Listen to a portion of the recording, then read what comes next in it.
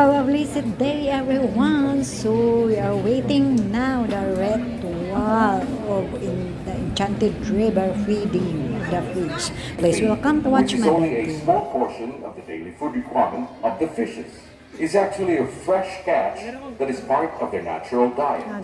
Malalaking isda. As part of connecting to our history, we are showing this tradition of fishermen of Inatuan going back to the blue waters of the river.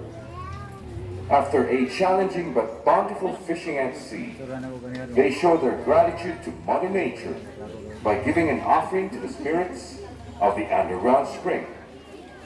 The spirits are believed to be dwelling here where the fish abound.